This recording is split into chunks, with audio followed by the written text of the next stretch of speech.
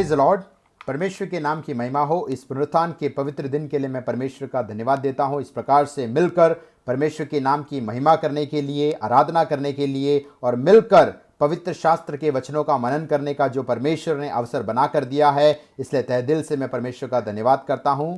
आप सबों को जल्द से जल्द आने वाले प्रभु यीशु मसीह के नाम में मसीह वंदना देता हूं। आज का दिन यहोवा ने बनाया है, इसलिए हमें आनंदित और मगन होना है। और जैसा यूहन्ना रचित सुसमाचार उसके 4 अध्याय का 23 और 24 वचन में कहता है, पिता परमेश्वर ऐसे आराधकों को ढूंढता है जो उसे आत्मा और सच्चाई से आराधना करते हैं। Father God seeks for worshippers, people who worship God in spirit and truth. तो निश्चय उसका अगला वचन कहता है, परमेश्वर आत्मा है और जो परमेश्वर की आराधना करता है वह आत्मा और सच्चाई से आराधना करनी चाहिए। यूहन्ना उसके 8 का 32 कहता है, तुम सच्चाई जानोगे और सच्चाई तुम्हें स्वतंत्र या आजाद करेगा। हम पाप की गुलामी में फंसे हुए थे। परमेश्वर का जो जीवित वचन का सच्चाई है उसको हमने स्वीकारा और उसने हमें पाप के गुलामी से, पाप के बंधन से, शैतान के चंगुल से छुटकारा देकर उस लिबर्टी, उस आजादी, उस फ्रीडम में परमेश्वर लेके आया। You shall know the truth and truth shall set you free. दूसरा कोरिन्थियों उसके 3 का 17 कहता है, जहां पर आत्मा है वहां पर आजादी है। Where there is spirit there is freedom. इसका मतलब जहां परमेश्वर के वचन की सच्चाई को हम कार्य करने का मौका देते हैं वहां पर हम आजादी की अनुभूति करते हैं। जहां पर हम आत्मा में बने रहते हैं या पवित्र आत्मा की उपस्थिति में बने रहते हैं वहां पर भी वो लिबर्टी, फ्रीडम, आजादी या स्वतंत्रता की हम अनुभूति कर सकते हैं। तो जहां पर परमेश्वर की आत्मा है वहां पर आजादी है। जहां पर परमेश्वर के वचन की सच्चाई को कार्य करने का मौका मिलता है वो सच्चाई का सामर्थ्यशाली वचन हमें आजाद करता है। तो पाप की गुलामी से छुटकारा पाकर, पापों से उद्धार पाकर, उद्धारकर्ता यीशु मसीह पर विश्वास कर जिसने मसीह जीवन का शुरुआत किया है, वही इस वचन के अनुसार आत्मा और सच्चाई से आराधना कर सकता है। आत्मा जहां है वहां आजादी है, सच्चाई जहां है वहां पर आजादी है और पूरे आजादी और फ्रीडम के साथ हमें आत्मा और सच्चाई में परमेश्वर की आराधना करनी चाहिए। तो इन दिनों में हमारा जीवन परख कर देखना है, हमारा आराधना परमेश्वर के सामने ग्रहण योग्य है या नहीं। प्रेरितों के काम उसके 20 अध्याय का 35 वचन में कहता है, लेने से ज्यादा देना धन्य है। It is more blessed to give than to receive. निश्चय हम परमेश्वर की उपस्थिति में आते हैं, संगतियों में जाते हैं, परमेश्वर का वचन और परमेश्वर के आशीषों को पाते हैं, वो एक धन्य बात ही है। लेकिन उससे बढ़कर एक धन्य बात है अगर हम लेने से ज्यादा देने के लिए इच्छुक हैं। उस मनोभावना के साथ हम परमेश्वर की उपस्थिति में आते हैं। हम क्या दे सकते हैं परमेश्वर को? परमेश्वर ने जो उद्धार हमें दिया है, पवित्र आत्मा का दान हमें दिया है, आशीषों से भरपूर किया है, उसके बदले में हम उसे कुछ नहीं दे सकते। जैसे दाऊद कहता है, उद्धार का कटोरा उठाकर मैं उसका गुणानुवाद करूंगा। हम भी अपने जीवन भर हर पल परमेश्वर का धन्यवाद और गुणानुवाद हमें करते रहना चाहिए। तो हमें देना सीखना है। जैसे पुराने नियम के भक्त लोग भी आराधना करते थे, लेकिन उनका आराधना या उनका देना और उनका समर्पण हम कह सकते हैं एक न्यूनतम रीति से हम कह सकते हैं। लेकिन नया नियम में हमें जो अधिकार परमेश्वर ने दिया है, बहुतायत से आशीषें दिए हैं, प्रिविलेजेस दिया है, तो हमारा जो मसीह जीवन है, हमारा आराधना है, वो न्यूनतम नहीं अधिकतम होना चाहिए। इस प्रकार कहते हैं, we should not become minimum Christians. जो न्यूनतम बातें परमेश्वर को देकर बाकी अपने मनमानी में जीने वाले नहीं बनना चाहिए। We should become maximum Christians. हमारा पूरा संपूर्ण जीवन परमेश्वर को अर्पित होते हुए हमें आगे बढ़ना चाहिए। जैसे पुराने नियम में जो पहलौठा था, फर्स्ट बॉर्न, आद्य जादन, उसको परमेश्वर के नाम की महिमा के लिए, सेवकाई के लिए अर्पित करते थे। लेकिन नया नियम में हम सिर्फ पहलौठा उसको नहीं, हमारे जो भी संतान परमेश्वर ने दान दिया है हम उन्हें अर्पित करते हैं परमेश्वर के नाम की महिमा के लिए। पुराने नियम में लोग 10% या टाइथ या दशांश देकर परमेश्वर के नाम की महिमा करते थे। लेकिन नया नियम में यीशु मसीह कहता है, प्रेरितों के काम में भी कहता है कि जितना हम दे सकते हैं, जितना अधिक हम, जैसे अननियास और सफीरा वहां पर पकड़े गए जब बाकी शिष्य लोग अपना पूरा अर्पित कर रहे थे, वही बात यीशु मसीह कहता है लूका उसके 14 अध्याय के 33 वचन में, जो कुछ अपना संपूर्ण बातें छोड़ता नहीं है, फुरसेक नहीं करता है, अर्पित नहीं करता है, वो मेरा सच्चा शिष्य या चेला नहीं बन सकता है। We have to forsake all 100%। इसका मतलब जो कुछ परमेश्वर ने हमें दान दिया है उसे अपना नहीं समझते हुए, परमेश्वर या स्वामी उसका वो अधिकार की वस्तुएं समझते हुए हमें उसका इस्तेमाल करना है। अगर हम वो अपना समझकर उसमें घमंड करने लगेंगे, हम प्रभु का कभी शिष्य नहीं बन सकते। वो सारी बातें 100% प्रभु की है और प्रभु से अगुवाई पाकर हमें उन बातों का इस्तेमाल करना चाहिए। यीशु मसीह के विषय में कहता है यूहन्ना रचित सुसमाचार उसके 17 अध्याय का 10 वचन, the gospel of John chapter 17 verse 10, वहां पर यीशु मसीह कहता है whatever is mine is thine, therefore whatever is thine is mine. वहां पर कहता है पिता परमेश्वर से यीशु मसीह कहता है जो कुछ मेरा है वो तेरा है, इसलिए जो कुछ तेरा है वो मेरा है। हर एक भक्त, नया नियम का विश्वासी भी ये कहना चाहिए, सिर्फ परमेश्वर मैं 5%, 10%, 50% तुझे देना नहीं चाहता। नए नियम के अनुसार जो कुछ मेरा है 100% वो तेरा है। इसलिए स्वर्ग की जो भी महिमामय बातें हैं, स्वर्ग की आशीषें हैं, स्वर्ग की जो अनुभूतियां हैं, हेवनली एक्सपीरियंस है, वो सब भी 100% मेरा है। हमें अपना पूरा अर्पित करते हुए, पूरा तन मन धन यीशु मसीह को, परमेश्वर को अर्पित करते हुए हमारे मसीह जीवन में हमें आगे बढ़ना है। और उसी प्रकार से पुराने नियम में 7 में से 1 दिन इस्राएल जन परमेश्वर के अलग करते थे, जिससे वो सबत का दिन अलग करते थे। लेकिन नया नियम में हमें 7 का 7 दिन परमेश्वर के नाम की महिमा करना चाहिए। सिर्फ इतवार के दिन, पुनरुत्थान के पवित्र दिन आराधना नहीं, हर दिन परमेश्वर की आत्मा और सच्चाई से हम आराधना करने वाले होने चाहिए। हर दिन परमेश्वर के वचन का मनन करने वाले होने चाहिए। निश्चय इतवार का दिन छुट्टी का दिन रहता है, उसलिए संगतियां करते हैं, इन दिनों में ऑनलाइन संगतियां भी करते हैं। लेकिन जो व्यक्ति सोमवार से शनिवार तक अपने व्यक्तिगत जीवन में, अपने पारिवारिक जीवन में आत्मा और सच्चाई से आराधना नहीं करता,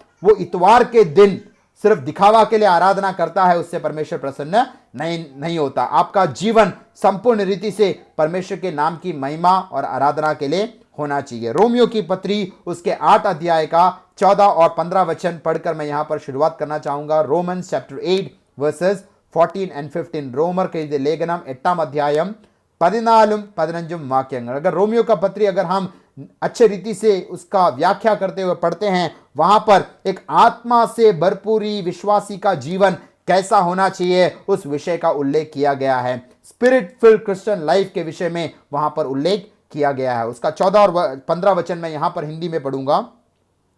रोमियो की पत्री उसके 8 अध्याय का 14 और 15 वचन।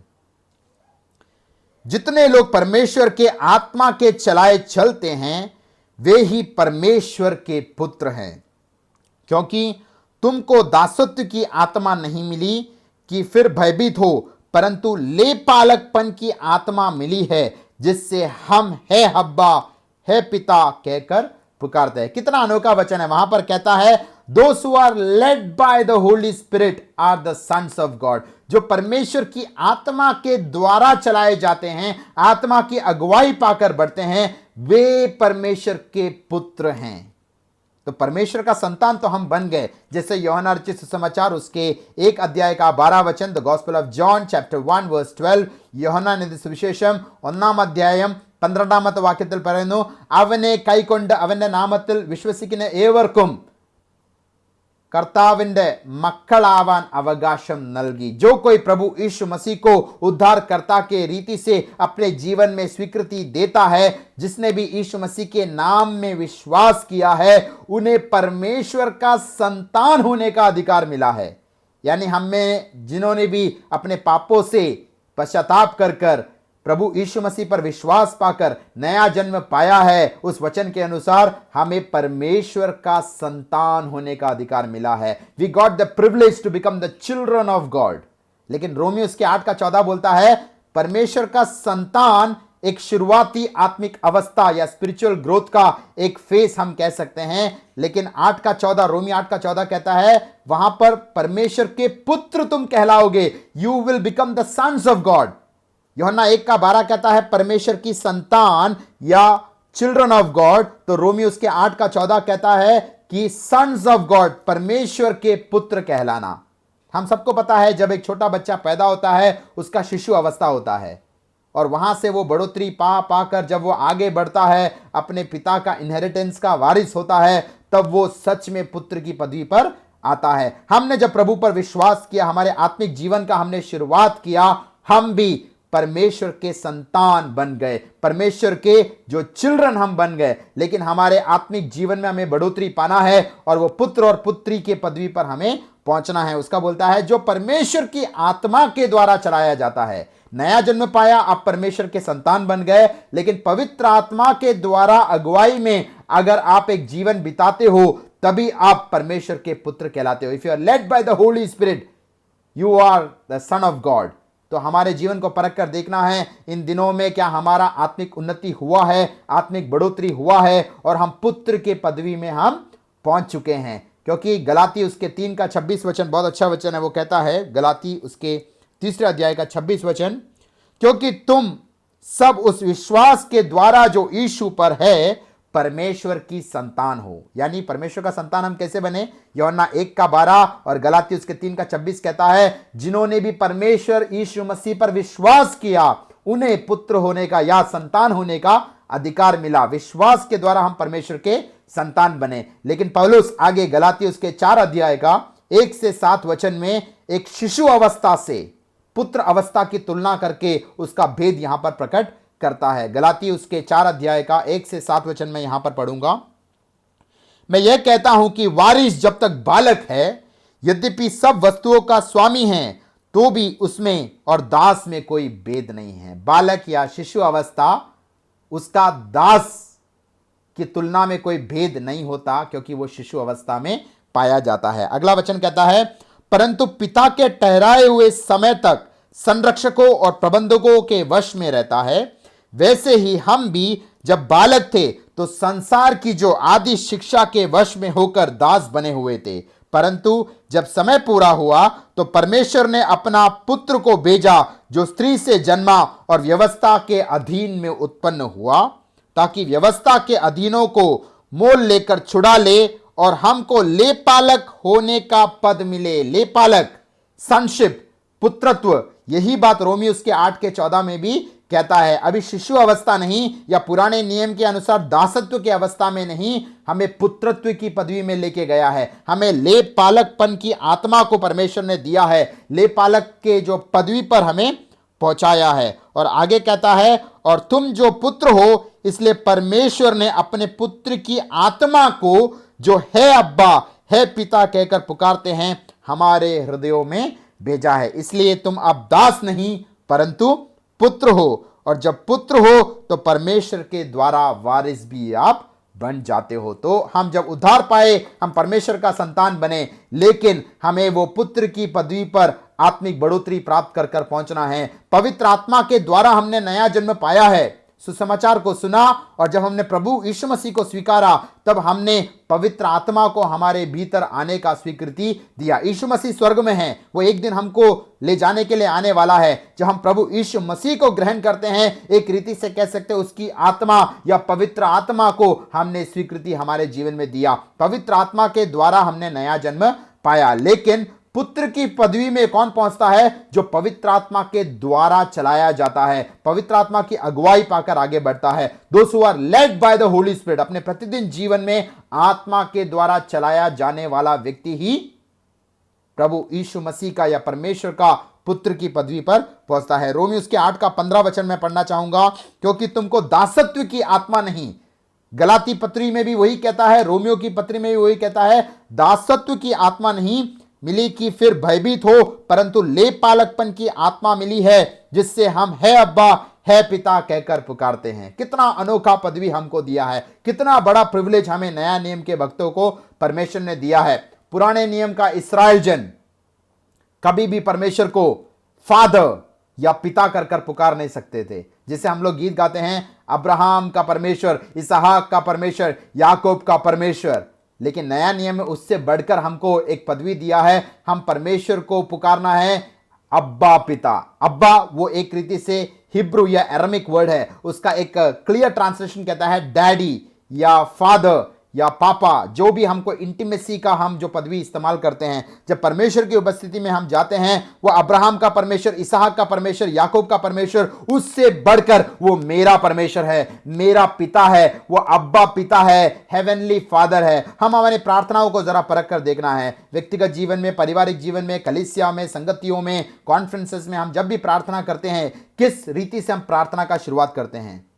परमेश्वर, गॉड, ऑलमाइटी गॉड, ये सब बोलने में कोई बुराई नहीं है, लेकिन आपका अगर परमेश्वर के साथ वो फादर या पिता का साथ वो एक अच्छा गहरा नाता है, तो आपके मुख से निकलेगा हेवनली फादर, डैडी, पापा, अब्बा। वो एक इंटीमेसी के साथ आप प्रार्थना में आप बढ़ सकते हो। वो हमको हियाव भी देता है। वो पिता जैसे एक अपने बालक का हाथ थामता है, जब एक छोटा बच्चा पिता का हाथ थामता है, वो थोड़े समय के बाद वो पिता का हाथ छोड़ भी सकता है, लेकिन अगर पिता ने उस बालक का हाथ थामा है, हम पूरे गारंटी, पूरे कॉन्फिडेंस के, पूरे हियाव के साथ कह सकते हैं वो पिता का हाथ बड़ा मजबूत है, वो बालक के हाथ को थामा रहेगा। इसलिए हम हिंदी में इस प्रकार गीत भी गाते हैं, थामेगा हाथ वो तेरा, जीवन का होगा सवेरा। कितना अनोखा वचन है। परमेश्वर का हाथ मैंने पकड़ा तो उसमें कोई सामर्थ नहीं है, वो बड़ा लूस अवस्था में पाया जाता है, लेकिन अगर ऑलमाइटी गॉड, सर्वशक्तिमान परमेश्वर ने स्वयं मेरे हाथ को थामा है, तो वो हमेशा टाइट,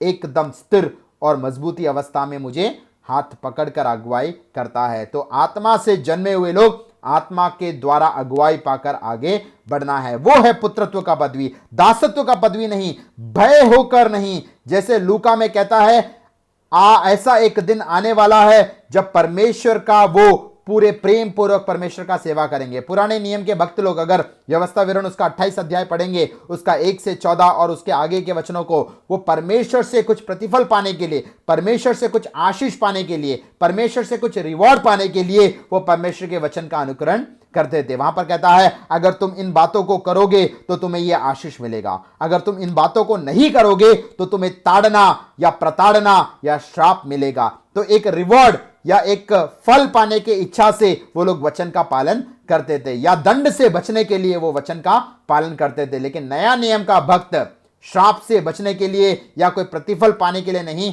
वो परमेश्वर से प्रेम करता है, उस खातिर वो वचन का, व्यवस्थाओं का पालन करता है। तो इन दिनों में हमें आत्मा का अगुवाई पाकर, leading of the Holy spirit, उसके अनुसार हमें आगे बढ़ना है। इसका एक बहुत अच्छा विवरण पुराने नियम की एक किताब में दिया गया है।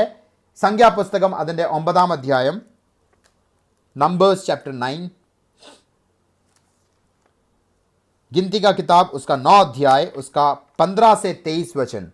नंबर्स चैप्टर 9 वर्स 15 to 23, संज्ञा पुस्तकम അതിന്റെ 9 अध्यायम 15 തൊട്ട് 23 വരെയുള്ള വാക്യങ്ങൾ। वहां पर मैं 15 से 18 वचन यहां पर हिंदी में पढ़ूंगा। यहां पर जो टेबरनैकल है, मिलाप वाला तंबू, समागमन कूडारम, उसके विषय में उल्लेख करते हुए कहता है, जिस दिन निवास जो साक्षी का तंबू भी कहलाता है खड़ा किया गया, उस दिन बादल उस पर छा गया। और बादल हम सब जानते हैं, नया नियम में और पुराने नियम में उसका व्याख्या दिया गया है। वो बादल पवित्र आत्मा का प्रतीक है। बादल की अगुवाई में बढ़ने का मतलब है पवित्र आत्मा की अगुवाई में बढ़ना। बादल को अनुकरण करने का मतलब है पवित्र आत्मा की अगुवाई में जीवन बिताना। यहां पर बोलता है, उस दिन उस पर बादल छा गया और संध्या को वह निवास पर आग सा दिखाई दिया और भोर तक दिखाई देता रहा। नित्य ऐसा ही हुआ करता था, अर्थात दिन को बादल छाया रहता और रात को आग दिखाई देती थी। और जब वो बादल तंबू पर से उठ जाता, तब इस्राएली प्रस्थान करते थे, और जिस स्थान पर बादल ठहर जाता वही इस्राएली अपने डेरे खड़े करते थे। यहोवा की आज्ञा से इस्राएली प्रस्थान करते थे और यहोवा ही की आज्ञा से वे डेरे खड़े भी करते थे। और जितने दिन तक वह बादल निवास पर ठहरा रहता, उतने दिन तक वे डेरे डाले पड़े रहते थे। कितना अनोखा वचन है।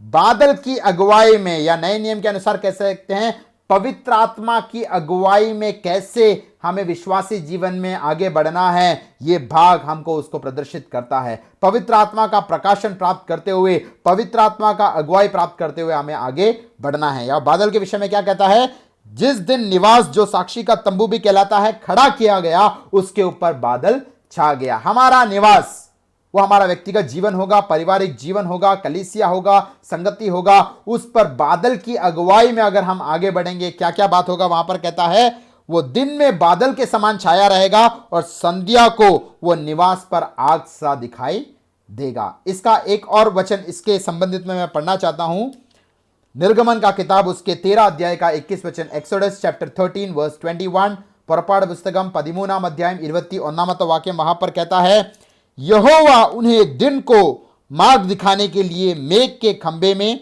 और रात को उजियाला दिलाने के लिए आग के खंबे में होकर उनके आगे आगे चला करता था, जिससे वे रात और दिन दोनों में चल सके। मलयालम में जैसे बोलते हैं, पगल मेघ स्तंभम रात्रि अग्नि तुनाए अवन अनुदिनम वळि नडतुम, पिलर ऑफ क्लाउड और पिलर ऑफ फायर। दिन के समय एक मेघ का जो बादल का जो खंबे के रीति से वो उन्हें अगुवाई करता था। इसका मतलब क्या है, जब वो रेगिस्तान से, जंगल से होकर यात्रा करते थे, उस रेगिस्तान की कड़ी धूप में उनको प्रताड़ना से बचाने के लिए, उनको कठिनाई से बचाने के लिए, उस बड़े गर्माहट के अनुभव से उनको बचाए रखने के लिए परमेश्वर यहां पर कहता है, जो पिलर ऑफ क्लाउड है या जो मेघ या बादल का खंबा के रीति से उन्हें अगुवाई करता था। हम सबको पता है गर्मियों का जो मौसम में बहुत अधिक गर्मी लगता है, लेकिन रेगिस्तान से होकर, डेजर्ट या विल्डरनेस से अगर कोई होकर जाता है तो उसको वो सूर्य की जो प्रकोप है या प्रताड़ना का अनुभूति करना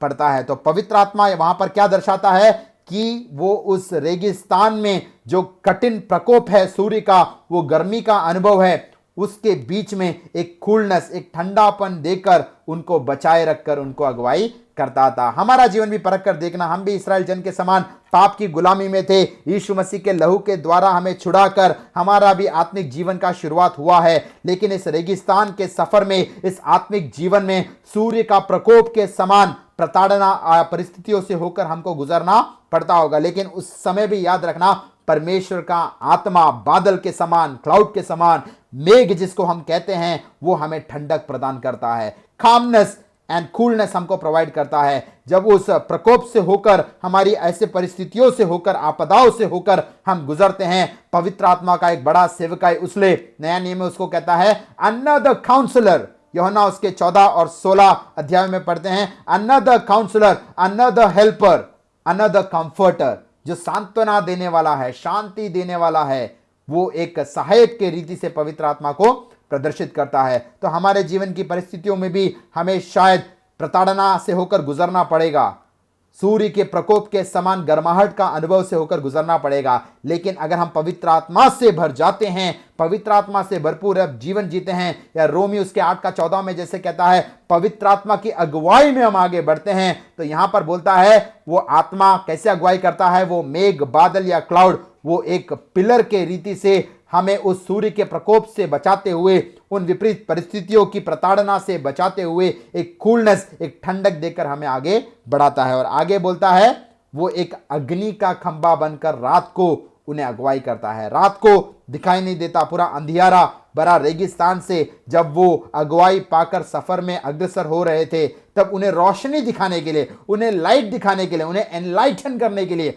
उनको मार्गदर्शन करने के लिए पवित्र आत्मा वहां पर अगुवाई करता हुआ हमें दिखाई देता है। सिर्फ इतना ही नहीं, हम सबको मालूम है जो डेजर्ट, विल्डरनेस, मरुभूमि या रेगिस्तान या जंगल के अवस्था में जब गुजरते हैं, वहां पर जो बड़े डेकॉइट्स का भी हमला हो सकता है, वाइल्ड एनिमल्स का भी अटैक, जो जंगली जानवर का भी बड़ा हमला हो सकता है। उन जंगली जानवरों से सुरक्षित करते हुए, उन आपदाओं से, उन प्रताड़ना से सुरक्षित करते हुए रात को उनको अग्नि के जो खंबे के अनुसार उन्हें अगुवाई करता था। तो इस रेगिस्तान के सफर में रात का, अंधियारे का जब अनुभूति हमारे जीवन में होगा, जो valley of darkness, the shadow of death जैसे बोलते हैं, अंधियारी तराई से होकर गुजरेंगे, तो याद रखना हमें रोशनी प्रदान करने के लिए, हमें अगुवाई देने के लिए, आगे का मार्गदर्शन देने के लिए, और जंगली जानवरों से या बाकी प्रतिकूल अवस्थाओं से, परिस्थितियों से, आपदाओं से, समस्याओं से हमें बचाने का एक सेवकाई भी पवित्र आत्मा करता है। तो जो पवित्र आत्मा के द्वारा अगुवाई पाकर आगे बढ़ता है, उसके जीवन में वो कंफर्ट, वो सांत्वना, वो ठंडक, वो कूलनेस परमेश्वर की आत्मा हमें देता है। और रात का जब समय या रात का अंधियारे का अवस्था, जब हमें आंखें कुछ आगे कुछ दिखाई नहीं देती हमारी दृष्टि से, हमें हमें दृष्टि से आगे नहीं बढ़ना है, जैसा दूसरा कोरिन्थियों उसके 5:7 कहता है, we walk by faith and not by sight. हम दृष्टि से नहीं, विश्वास से हमें कदमों को बढ़ाना है। पवित्र आत्मा हमारी सुरक्षा करेगा, हमारा देखभाल करेगा, हमें प्रोटेक्ट करेगा और हमें वो विजय मसीह जीवन की अगुवाई में हमें आगे बढ़ाएगा। जैसे हम कहते हैं पुराने नियम के इस्राएल जन को बादल अगुवाई करते करते कहां तक पहुंचाया? वायदा का कनान देश में। वैसा ही पवित्र आत्मा आज नए नियम के भक्त को किन बातों में अगुवाई करता है? ताकि वो एक विजय मसीह जीवन में प्रवेश कर पाए। हम सब जानते हैं जैसे फिरौन की सेना को नाश करते हुए उन्हें रेगिस्तान से अगुवाई देकर जब कनान देश में प्रवेश कराया है। मैं हर बार ऐसे बोलता हूं कि हम इस प्रकार गीत गाते हैं, जो यर्दन नदी मृत्यु का प्रतीक है, उसके बाद हम स्वर्ग राज्य में प्रवेश कर पाएंगे, वो स्वर्गीय कनान में प्रवेश कर पाएंगे, ऐसे गीतों को भी गाते हैं। लेकिन वचन के अनुसार हम देखते हैं जो कनान देश है वो स्वर्ग का चित्र नहीं है, वो एक विजय मसीह जीवन का एक चित्र है। क्योंकि कनान देश में दानव है, राक्षस है या जायंट्स पाए जाते हैं, मल्लन मारे। स्वर्ग में कोई मल्लन मारे नहीं है, कोई जायंट्स नहीं है। तो वहां पर संसार में रहते हुए एक पवित्र आत्मा से भरपूर एक विजय मसीह जीवन को दिखाने वाला एक कनान का अनुभूति है। तो बादल उनको कनान देश तक अगर अगुवाई करता है, तो पवित्र आत्मा आज हमें विजय मसीह जीवन, विक्टोरियस क्रिश्चियन लाइफ की ओर हमें अगुवाई करता है। तो हमारे जीवन में जो भी परेशानी, आपदाएं, समस्याओं का हम सामना करते हैं, तो याद रखना, अगर पवित्र आत्मा से भरपूर हम जीवन बिताते हैं या पवित्र आत्मा की अगुवाई में हम आगे बढ़ते हैं, तो इन सब बातों से परमेश्वर हमें सुरक्षा देकर चलाता है। उसका आगे का वचन मैं पढ़ना चाहूंगा, गिनती का किताब उसका 9 अध्याय उसका 17 वचन कहता है, जब जब वह बादल तंबू पर से उठ जाता तब इस्राएल जन प्रस्थान करते थे। याद रखना, वहां पर उन्हें उनका जीवन आसान नहीं था। अगर इस्राएल जन का जीवन आप देखोगे, उनको तंबू कभी उखाड़ना पड़ता था, कभी गाड़ना पड़ता था। जैसा बादल का मूवमेंट होगा, जैसा बादल का चाल चलन होगा, वैसे उनको भी अगुवाई पाकर आगे बढ़ना है। अगर वो सोचते हैं ये स्थान बहुत अच्छा है, यहां पर बहुत अच्छा जल का स्रोत है, यहां पर हरियाली है, यहां पर बहुत अच्छा माहौल है, लेकिन अगर बादल आगे बढ़ता है, उन्हें भी आगे बढ़ना पड़ेगा। इसलिए इस रीति से कहते हैं, हमारे मसीह जीवन में, इस संसार में हमें कितना भी धन दौलत मिल जाए, कितना भी बंगला, गाड़ी, फ्लैट्स, कुछ भी मिल जाए, यहां पर अपना मन मत लगाना। कोलोसी 3:2 बोलता है, set your mind on things which are above and not on the things which are below. तुम्हारा ये मन पृथ्वी पर की नहीं, स्वर्ग की चीजों पर लगाना है। क्योंकि अगर, जैसे हम कहते हैं, वो तंबू गाड़ने के लिए जो खील मारा जाता है, जो बड़ा खीला धरती पर मारा जाता है, अगर वो बहुत गहराई में मार दिया तो उसको उखाड़ना, निकालना बड़ा मुश्किल होगा। कुछ लोग बहुत गहराई में वो खीला मारते हैं और जब बादल आगे बढ़ता है तो वो खीला उखाड़ने में उनको मुश्किल होता है। तो हमारा मसीह जीवन में याद रखना, एक दिन हमारे प्रभु यीशु मसीह का आगमन होने वाला है। इन सारी बातों को छोड़कर हमें जाना है। उसलिए थोड़ा समय के लिए परमेश्वर ने हमको यहाँ पर कुछ भौतिक आशीष दिया है, आर्थिक आशीष दिया है, मटेरियल फिजिकल ब्लेसिंग्स दिया है, लेकिन उस पर हमें मन नहीं बनाना है। उस किले को गहराई से मत गाड़ना कि प्रभु का आत्मा जब अगुवाई करेगा, उन बातों पर हम चिपके रहे, उन बातों से हम अटैच रहे, उन बातों से डिटैच होकर आत्मा की अगुवाई में बढ़ना है। उनका जीवन हमेशा एक डिफिकल्टी भरा था और यहां पर भी उन्हें क्या है, हमेशा बादल की ओर ताकते रहना है। वो बिल्कुल शांत अवस्था में रह नहीं सकते थे। निश्चय प्रभु का शांति का अनुभूति वो करते थे, लेकिन उन्हें हमेशा बादल पर अपना ध्यान लगाकर आगे बढ़ना है। मसीह जीवन में भी पवित्र आत्मा की अगुवाई में हर पल बढ़ना है। पिछले 20 साल मैं पवित्र आत्मा की अगुवाई में चला, उसलिए अभी उतना कुछ करने की जरूरत नहीं है, ऐसा सोच विचार में कोई नहीं बढ़ सकता। हर पल, जैसे मलयालम में गीत कहता है, एद नेर तुम पिशाज इडर्च चेइदिडुम भीदी वेंडा दूदरुंड कात्तुकोल्लुवान। किसी भी मौके पर अगर आप 50 साल मसीह जीवन में आपको एक्सपीरियंस हो गया है, आप प्रभु के एक बड़े सेवक, दास या बड़े शिष्य हो, तो भी आखिरी क्षण में भी शैतान आपको बहका सकता है। इसलिए परमेश्वर का वचन कहता है, जो समझता है वो खड़ा है, वो गिर ना जाए, इसलिए अपने आप को संभालना है। तो हर पल पवित्र आत्मा को ताकते हुए, पवित्र आत्मा का अगुवाई पाते हुए क्या है, हमें आगे बढ़ना है। उसका 22 और 23 वचन बहुत अनोखा वचन है, मैं यहां पर पढ़ना चाहूंगा। गिनती का किताब उसके 9 अध्याय का 22 और 23 वचन, वह बादल चाहे 2 दिन, चाहे 1 महीना, चाहे वर्ष भर, जब तक निवास पर ठहरना ठहरा रहता है, तब तक इस्राएली अपने डेरों में रहते और प्रस्थान नहीं करते थे। यानी बादल का समय हम निश्चित नहीं कर सकते थे, वो एक दिन के लिए है या 2 दिन के लिए है या 1 महीने के लिए है या पूरे साल भर के लिए एक स्थान पर रुका रहेगा, उसको हम किसी रीति से नियंत्रण नहीं कर सकते। पवित्र आत्मा को हम नियंत्रण नहीं करते, पवित्र आत्मा हमें नियंत्रित करता है, हमें अगुवाई देकर चलाता है। हो सकता है 2 दिन या 2 महीना या साल भर एक स्थान पर रहता है। जब तक बादल उस स्थान पर रहेगा, उन्हें भी वहां पर रहते हुए प्रस्थान नहीं करना चाहिए। लेकिन जब बादल उठ जाता था या आगे बढ़ता, तब उन्हें भी प्रस्थान करने का जरूरत था। उसका 23 वचन बोलता है, यहोवा की आज्ञा से वे अपने डेरे खड़े करते और यहोवा ही की आज्ञा से वे प्रस्थान करते थे।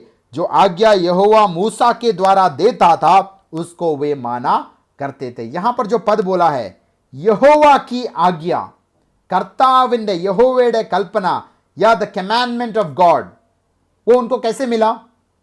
हम सबको मालूम है, मूसा नबी के द्वारा उन्हें पुराने नियम का जो व्यवस्था मिला, वहां पर जो टैबलेट, जो रॉक है स्टोन्स पे, वो खोद कर उनको दिया गया। लेकिन यहां पर जो परमेश्वर की आज्ञा, द कमांडमेंट ऑफ गॉड, दैवतिंद अरलपाड़, दैवतिंद कल्पना जिसको हम कहते हैं, वो उन्हें कैसे प्राप्त हुआ? अगर 22 और 23 वचन उस पूरे भाग को एक साथ आप मिलकर पढ़ोगे, मिलाकर पढ़ोगे, तो वहां पर हमें मालूमात होता है, the movement of God is the commandment of God. यानी पवित्र आत्मा का वहां पर प्रस्थान करना ही उनका आज्ञा था। जब बादल प्रस्थान करता था, उन्हें भी प्रस्थान करना है, जब बादल रुकता था, उन्हें भी रुकना है। तो वहां पर जो परमेश्वर का आज्ञा है, वो बादल के मूवमेंट के द्वारा मिलता है। इसलिए हम कहते हैं, जो उत्पत्ति से लेके प्रकाशित वाक्य तक पवित्र आत्मा के द्वारा रचा हुआ परमेश्वर के वचन के द्वारा पवित्र आत्मा हमसे बात करता है। जैसा पवित्र आत्मा अगुवाई करता है, हमें भी आगे बढ़ना है। पवित्र आत्मा अलग अलग रीति से हमें अगुवाई कर सकता है।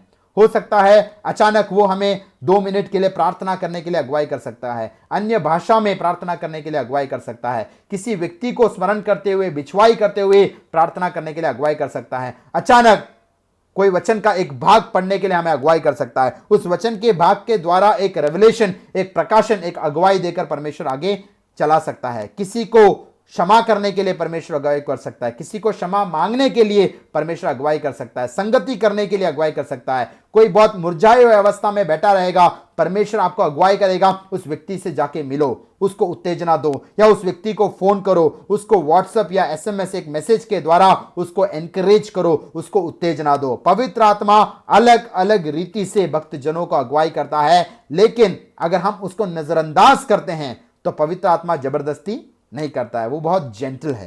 जैसे यीशु मसीह के विषय में कहता है प्रकाशित वाक्य उसके 3 अध्याय के 20 वचन में, मैं द्वार पर खड़े होकर खटखटाता हूं। जबरदस्ती नहीं घुसता है किसी के घर पे, किसी के जीवन में हृदय का द्वार तोड़कर यीशु मसीह नहीं घुसता है, वो द्वार पर खड़े होकर खटखटाता है, और जो कोई मेरा आवाज सुनकर दरवाजा खोलेगा, मुझे स्वीकृति देगा, वैसा ही मैं प्रवेश करूंगा। अगर यीशु मसीह एक जेंटलमैन के रीति से खटखटाते हुए और हमारे स्वीकृति के साथ ही वो हमारे जीवन में काम करता है, तो यूहन्ना उसके 14 में कहता है, पवित्र आत्मा एक अनदर हेल्पर है, दूसरा सहायक है। इसका मतलब पहला सहायक कौन था?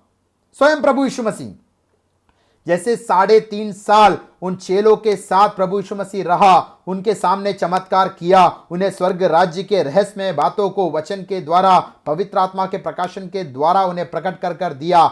और जब 3.5 साल के बाद जब यीशु को जाने का समय हुआ, यीशु मसीह कहता है, I will not leave you like orphans, अनाथों के समान तुम्हें नहीं छोड़ूंगा, I am going to send another helper, दूसरे एक सहायक को मैं भेजने वाला। इसका मतलब पहला सहायक यीशु मसीह जैसे आपसे बात करता था, जैसे आपके साथ मेल मिलाप करता था, जैसे आपको अगुवाई करता था, जैसे आपके जीवन में अनुभूतियां लाता था, वैसा ही पवित्र आत्मा भी आपके साथ करेगा। उसलिए पवित्र आत्मा के लिए प्रार्थना करना, आत्मा के सामर्थ्य के लिए, आत्मा से भरपूर जीवन के लिए अगुवाई पाना, कोई डरने का जरूरत नहीं है, क्योंकि जैसा यीशु मसीह हमारे जीवन में सेवकाई करता है, वैसा ही पवित्र आत्मा भी करता है। लेकिन एक अंतर है कि यीशु मसीह अगर एक स्थान पर होता है तो दूसरे स्थान पर वो नहीं जा सकता था। जब यीशु मसीह दुनिया में आया तब की मैं बात कर रहा हूं। यीशु मसीह अगर काना के शादी में अगर था, वहां पर चमत्कार कर रहा है, तो कोई और दूसरे स्थान में वो पाया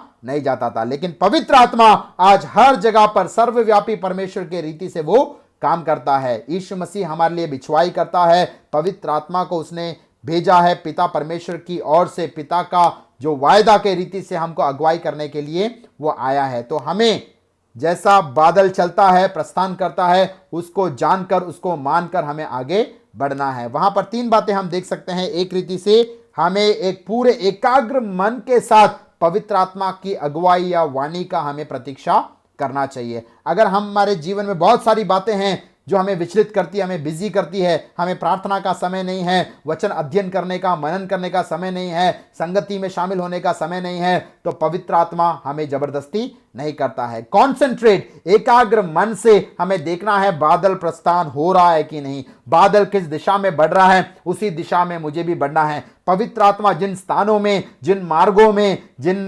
कलीसियाओं में मुझे अगुवाई करता है, वहां पर मुझे आगे बढ़ना है। अगर बादल आज मुझे इस स्थान में लेके आया है तो मुझे यहां पर सेवकाई करना है, लेकिन कल अगर बादल मुझे कोई दूसरे स्थान में या कलीसिया में या जो क्षेत्रों में सेवकाई के लिए अगुवाई करता है और मैं ढीठपना बनकर बोलता हूं नहीं मैं यहीं पर रुकूंगा, इसी कलीसिया में, इसी स्थान में रुकूंगा, तो मैं हो सकता है थोड़े समय के लिए फलदायक जीवन बिताओ, लेकिन आत्मा की अगुवाई से मैं वंचित हो जाऊंगा। आत्मा जहां पर आपको अगुवाई करता है वहां पर आपको आगे बढ़ना है। और दूसरा, पहला एकाग्र मन, कंसंट्रेशन के साथ हमें आत्मा की अगुवाई के लिए प्रतीक्षा करना है। दूसरा बोलता है इंस्टेंट ओबीडियंस।